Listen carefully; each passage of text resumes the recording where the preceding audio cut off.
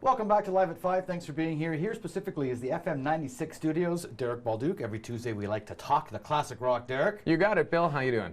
We got lots of good stuff to get to. Yeah. A sad anniversary, though, this week. Yeah, it's kind of funny. 20 years ago this Saturday will mark the death of Kurt Cobain, and the Seattle Police Department has released a whole bunch of never-seen-before pictures, basically, of the crime scene where they found Kurt Cobain's body. A little bit creepy. You can see his hand in one of the photos with his wedding ring on and one of his feet. The most disturbing part of it all, though, is the suicide note, or the note that he left. It was written in red ink, and the pen is basically jammed right through the middle of the page into kind of a planter, and no one really knew that before. That was some new stuff that came out this week. We know the contents of that suicide note. Yes.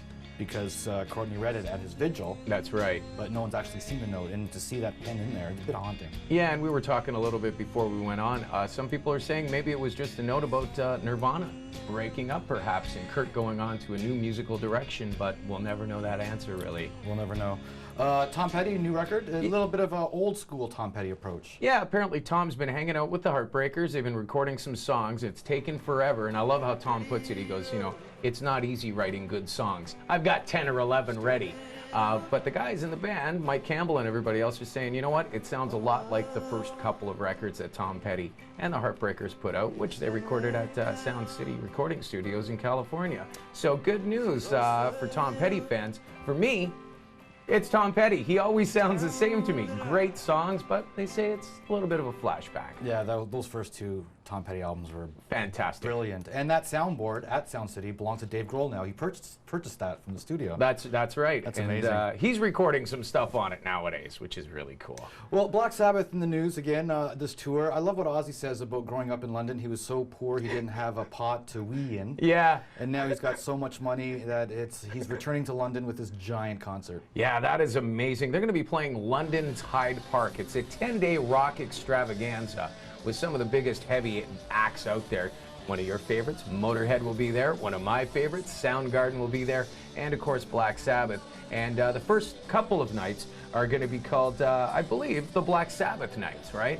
Faith No More also reforming for these shows, which is really cool. They are crazy live. Yes. Yeah.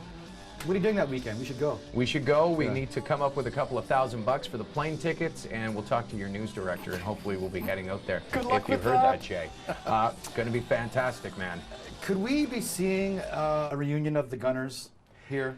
Today is April the 1st, all right? And I saw this story yesterday, and I'm thinking maybe it's an April Fool's joke. I don't think it's that far-fetched, though. I don't either, because the original, well, the bassist right now, Tommy Stinson, with Guns N' Roses, Duff's obviously the original bass player, he's going to be doing some shows with his original band, The Replacements. So he's not going to be on this South American trek. And Duff McKagan, the original bassist, tweeted yesterday, got my itinerary set.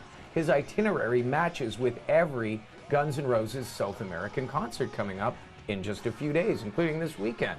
So Duff might be back with Guns N' Roses. Short period, long period, it's Guns N' Roses, who knows? Well, the original guitar player also, Izzy, has played with Axl before. All we need is Slash and Matt Sorum, and it's on. Yeah, Matt's got his own band going on right now, but I think he's on pretty good terms with Axl as well.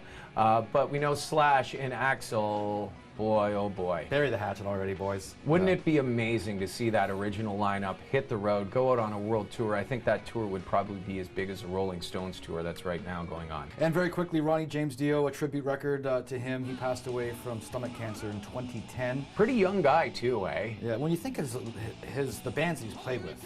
Yes. So many, like Deep Purple. Rainbow, Deep Purple, Black Sabbath, pretty darn good solo career as well. Yeah. And if you've ever seen him, well, you can't now. You're totally shocked when you see him live because he's not one of the biggest fellas in town, but boy, what a voice, eh? His first band was called Elf for a reason, I think. But on this record, Metallica, Scorpions, Rob Halford, and Motorhead, it's out today. It's called This Is Your Life. Proceeds going to one of his charities to benefit cancer. Yeah. So once again, rock saving the world.